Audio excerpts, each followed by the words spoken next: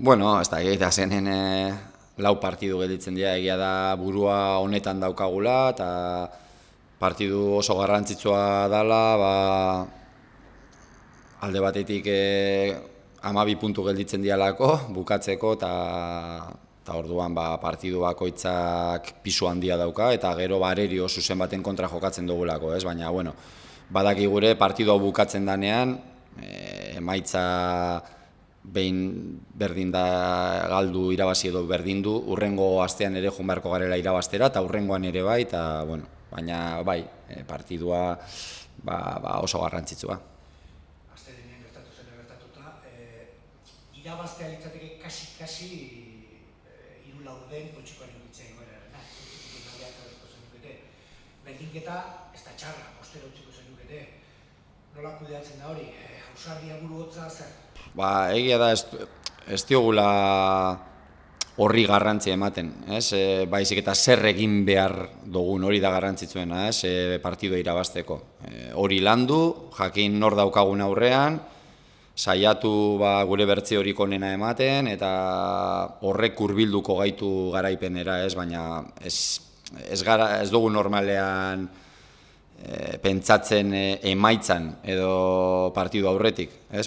Pentsatu behar dugu, zer egin behar dugun emaitza hori lortzeko, ez? Eta gero partidu bukaeran ikusiko da, zer egin dugun eta emaitza ona badan edo ez, baina galdu, irabazi, berdin duen buruan ez daukagu hori, ez? Baina saria dudarik gabe irabazi ezkero oso potoloa da. Horrek ze pixu dauka?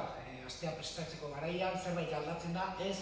Aste normal bada? Saiatu gara normaltasunez entrenatzen, egunetik egunera gauza berdinak egiten, gure rutinak, eta partidu bat gehiago da. Esan dizudan bezala, partidua bukatzen danean, emaitzak ez digu inporta, urrengo partiduan berriro irabazin beharko dugulako bai. Dinote, ez da mundua bukatzen partidu honetan, baina bai, logikoki, partidu hau erabaki horra da, bi talde ontzat, ez.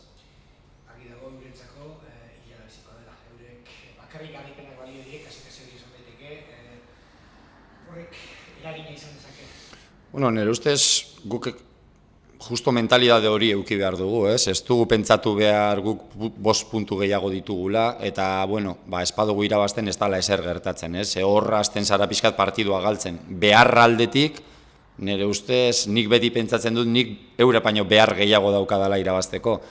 Horra azten zara partidua irabazten, ez? Orduan, beharra, eurak ez dakit ze behar duten, suposatzot handia, baina nik Eibarrek daukan beharra, nire ustez handiagoa da partidua irabazteko, eta nik aste hontako giroan eta entrenamentutan hori sumatzen dut, ez? Guretzat partidu oso garrantzitsua dela, eta beraientzat dan bezala edo gehiago, ez? Kalean final kursu hori dago, jendeak denak komentatzen dute gauza bera, hau irabazizkero, lan egin daude. Zuk eskarmentuan da daukaz aurkian, zuretzat partidu normal bada? Bai, egia esan da, astea normal pasatu dut, ez? Egia da, barrutik gauzak pixat ezberdin ikusten dirala, ez? Badakit, kanpoan gauzak errezago ikusten direla, ez? Baina barrutik oso zailak ikusten dira. Talde handi baten kontra jokatuko dugu, eta nik orain, bai, begirada partidu honetan daukat, baina jakinda beste 3 gelditzen dirala, eta hau ez dela hemen bukatuko. Eta, bueno, lasaitasunez prestatu dugu, jakinda ze partidu da, baina, bueno, mundua ez da bukatzen partidu honetan, eta irabazten badugu, gauzak hobeto jarriko dira, edo gertuago egongo gara, eta ez badugu irabazten, jarraitu beharko dugu bukaerara arte, ez. Joan den larun batean giro beretan politia bizizatzen inguruan, igande honetan errepikatzen den, edo hobetzen den, ez da? Bai, beharra daukagu, talde oso on baten kontra jokatuko dugu, oso on baten, jokalari oso onak, eta momentu zailak pasatuko ditugu partiduan, eta jendearen laguntza beharko dugu momentu horietan, denboraldi hasieratik eduki dugun bezala, ez? Eta, bueno, ia egun polit bat bizitzen dugun, bere zailtasunekin, esaten dizudan bezala, areriorik onena espero dugu, eta guk gure Eibarrik onena ikusi beharko dugu, nahi badugu partidua irabazi, ez? Aste honetan ikusi da, ezta? Etxeko lanak eginda gero etorri daiteke aurkariaren hutsa eta saria. Bestela norberak etxeko lanak egiten ez baditu alkarri da. Bai, asko sinisten dut horretan, ez? Eta uste dut izan dela denboraldi hasieratik jokalarie bidali diedan mesurik argiena, ez? Askotan bestei begira zauden bitartean zure indarrak galtzen dituzu, ez? Batez ere denboraldi hasieratik nola hiru talde gauden oso goian, bata bestearekin lehiatzen, uste dut txirrindularitzan bezala, lehenengo zoazenean eta atzera begiratzen duzunean, segundu horiek galtzen dituzu, ez? Eta gu lehenengoa goazen enean, beti aurrera begiratu behar dugu, eta atzera ez. Eta aurrera, eta aurrera, eta aurrera begiratu, eta helmuga hor dago, ez oso gertu, baina oso urruti bez, eta ez dugu begiratu behar atzera, aurrera begiratu behar dugu.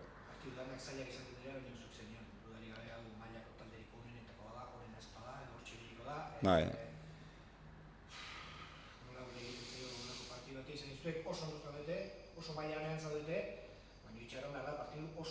Bai, detaile txikitan, ez? Beti geldikako jokaldi bat, aurrekoan izan zan bezala, edo, detaile txikitan, ez? Azkenean partidu honek fase ezberdinak eukiko ditu. Egongo dira momentu batzuk, ez du hartuko gaituela, eta ez dugula baloia eukiko, eta defentsa lanetan ondo aritu beharko garela, eta gero beste momentu batzutan, segurazki gu gehiago izango gara, eukiko ditugu gure momentu honak, partidu txiki asko egongo dira, partidu handi horretan, ez? Eta orduan jakinin behar da jokatzen partidu txiki horiek, ez? Sufritu behar danean sufritu, eta gora in behar danean gora, eta gure momentu honak aprobetxatu, eta beti egiten dugun bezala, ez?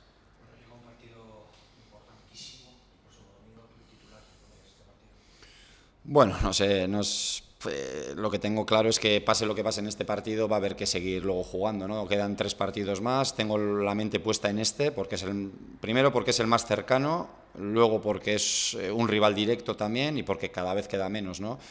Pero hagamos lo que hagamos contra el Valladolid, habrá que seguir jugando, luego tendremos que ir a Leganés, tendremos que recibir al Tenerife y ir al Corcón. Y lo enfocamos como un partido más, ¿no? de la Liga y que hay 3 puntos en juego muy importantes. 3 puntos que, en caso de vencer, os permitirían quedaros a 8 de ese rival, quedando 9.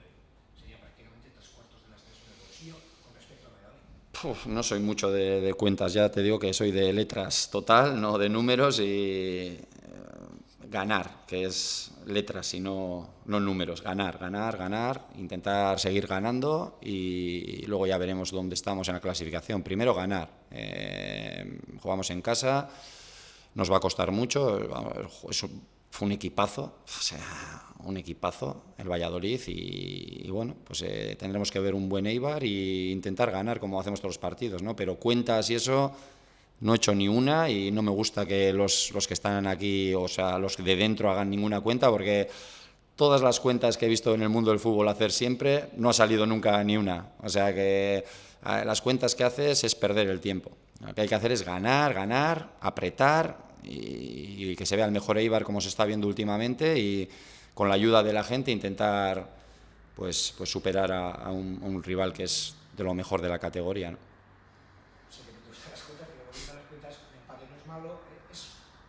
¿Cómo es posible abstraerse de esa situación? Saber que un empate te beneficia, entre comillas, ¿cómo se hace frente a una situación como esa? ¿O cómo es posible abstraerse, olvidarse? Ya, pues no lo sé, no tengo ni idea cómo se sale a empatar a un partido.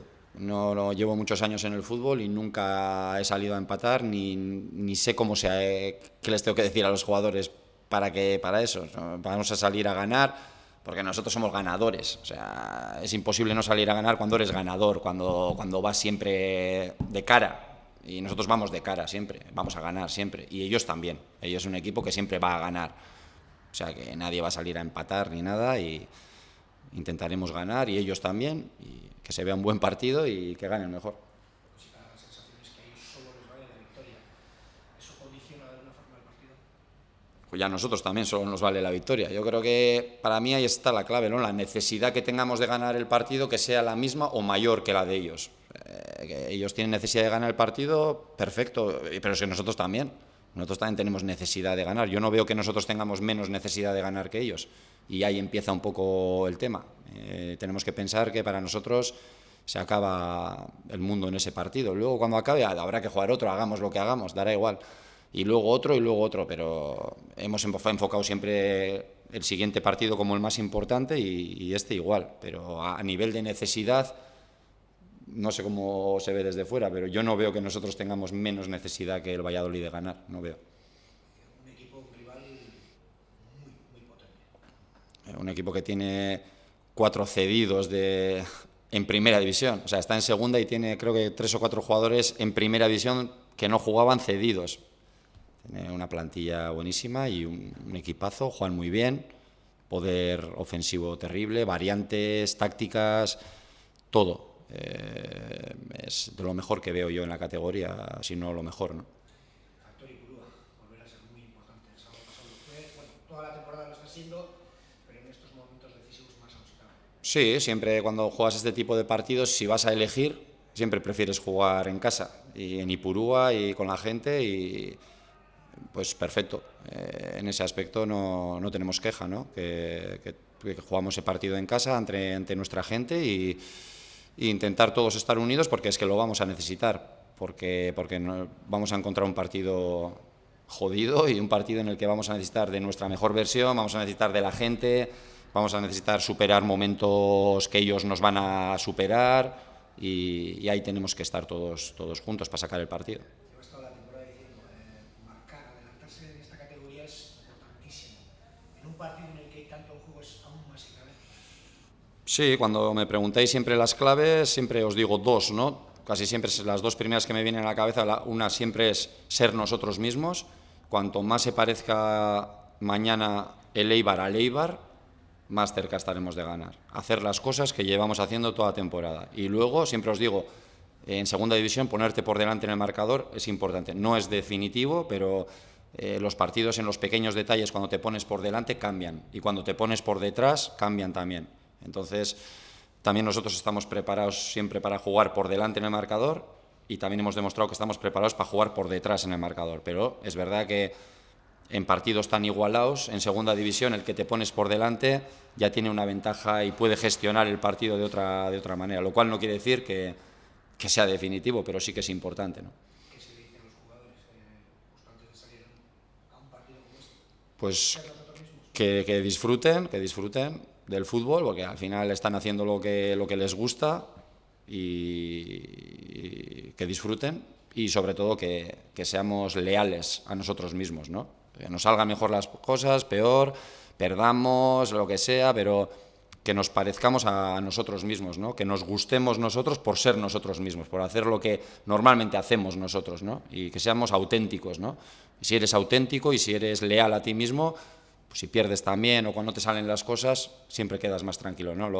Cuando no te quedas tranquilo es cuando no eres tú, cuando no estás haciendo cosas que no van contigo, ¿no? Y no creo que eso pase. Bye. Venga, va, levarte.